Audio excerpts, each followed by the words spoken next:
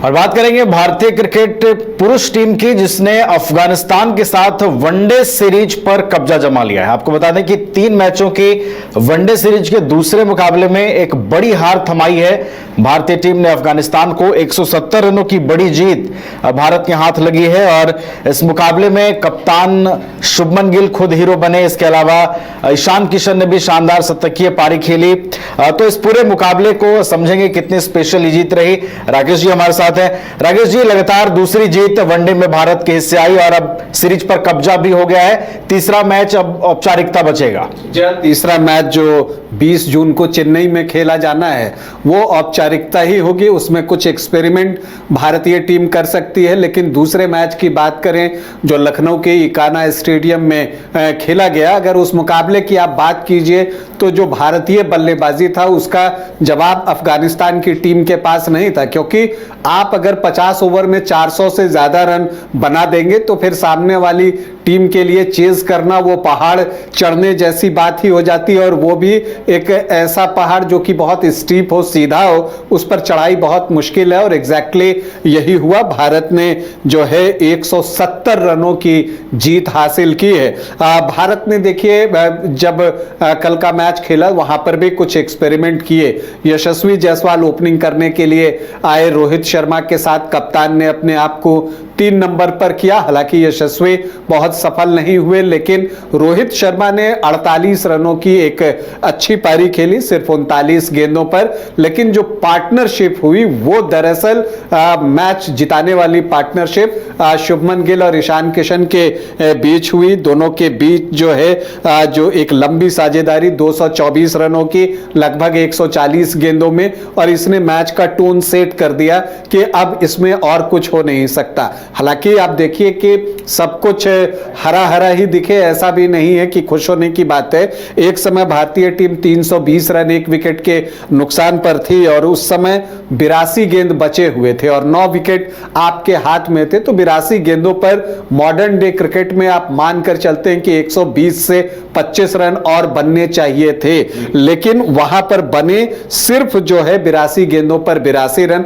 तो ये एक निराशाजनक पहलू रहा कि जिस तरह से फिनिश होना चाहिए था गेम, उस तरह से भारतीय पारी फिनिश नहीं हुई। और यहां पर जो है सोचना होगा, देखिए जो एक वाशिंगटन सुंदर हैं वो कितना एक्सप्लोसिव हो सकते हैं वो इस पर निर्भर करेगा। हालांकि उन्होंने 19 रन बनाए जरूर, राहुल कल खाता नहीं खोल सके, केएल राहुल, श्रेयस अय्यर ने 26 रन बनाए हैं। तो श्रेयस को भी कुछ अच्छी पारियां चाहिए। उम्मीद है चेन्नई में उनके बल्ले से एक बड़ी पारी जो है वो निकले।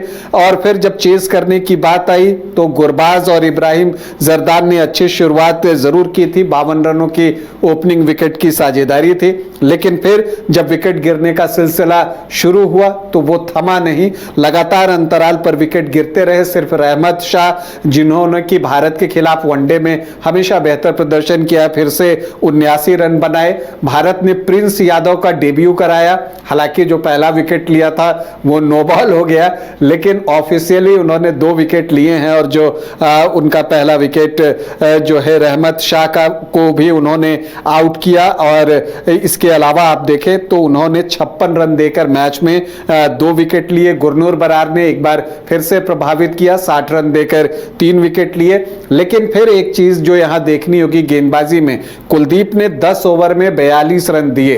तो आपको लगेगा कि कुलदीप बहुत किफायती हैं, लेकिन कुलदीप का रोल कभी भी कंटेन करना नहीं होता, उनको विकेट निकालने होंगे। ये महत्वपूर्ण है क्योंकि नजर हमारी 2027 के वर्ल्ड कप पर है और उसी की तैयारी की जो है ये शुरुआत हुई है अफगानिस्तान सीरीज से। तो कुलदीप को भी ये समझना होगा कि उनको विकेट निकाल कर देना होगा। 10 पर 42 पर 0 से बेहतर होगा कि 10 में वो 50 दें, 52 दें, लेकिन साथ में 2 या 3 विकेट हो, तब भारतीय टीम को उसका का ज्यादा लाभ मिलेगा। तो मुझे लगता है कि आने वाले मैचेस में कुलदीप भी अपने प्रदर्शन में सुधार करेंगे।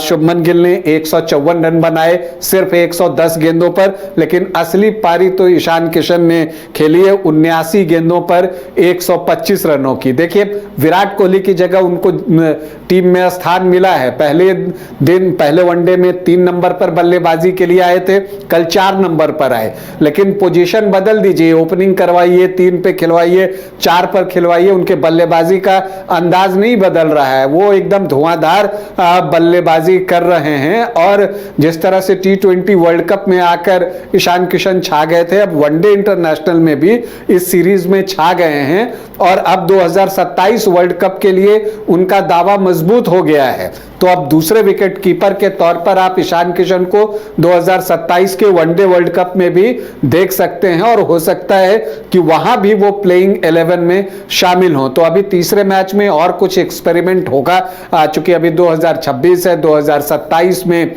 विश्व कप होना है, 1 साल से ज्यादा का समय है।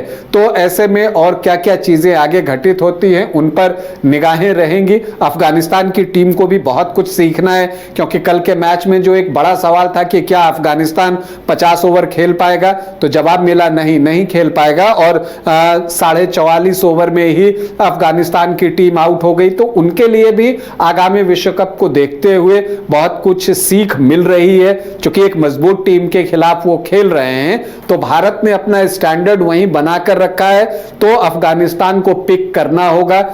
तीसरा वनडे इंटरनेशनल चेन्नई में खेला जाएगा, वहां पर उनके स्पिनर्स कितने कामयाब होते हैं उस पर बहुत कुछ निर्भर करेगा। क्योंकि यहां भी आप देखें तो भारतीय पारी के जो 7 विकेट आप देखते हैं कि स्पिनर्स ने ही, खरोटी ने 76 रन देकर 4 और राशिद खान ने भी 3 विकेट लिए हैं। तो स्पिनर्स के खिलाफ भी इंडियन बैटर्स को और खुलकर रन बनाने की दरकार है। तो अब चेन्नई के मुकाबले पर नजर होगी, जहां 20 जून को तीसरा वनडे इंटरनेशनल मुकाबला, इस सीरीज का आखिरी मैच खेला जाएगा। चलिए, तो निगाहें तीसरे वनडे पर जरूर होंगी, लेकिन अच्छी बात यह है कि भारत ने सीरीज पर कब्जा जमा लिया है। 2-0 से भारत का जो स्कोर है वो इस वक्त आगे बढ़ता हुआ दिखाई दे रहा है। इस सीरीज में अफगानिस्तान के लिए आत्मसम्मान की लड़ाई होगी, वो सीखने और भारतीय टीम से कम प्रतिस्पर्धा करने के इरादे से अगले मुकाबले में मैदान में उतरेंगे। घर रहने का मकान भर नहीं, ये खुशियों की तिजोरी है। दरवाजे पर दस्तक देता पड़ोस, खिड़कियों से उमड़ आता आसमां, तारों में उलझी ऐसी ना जाने कितनी दास्तां। कहती हैं चले डायमंड सिटी, एक सफर हम सफर के साथ अपने घर तक। Diamond city, life long bonding, 500 से ज्यादा खुशहाल डायमंड परिवार। जल्दी करें, सिर्फ 200 फ्लैट बाकी। आज ही बुक करें अपना आशियाना।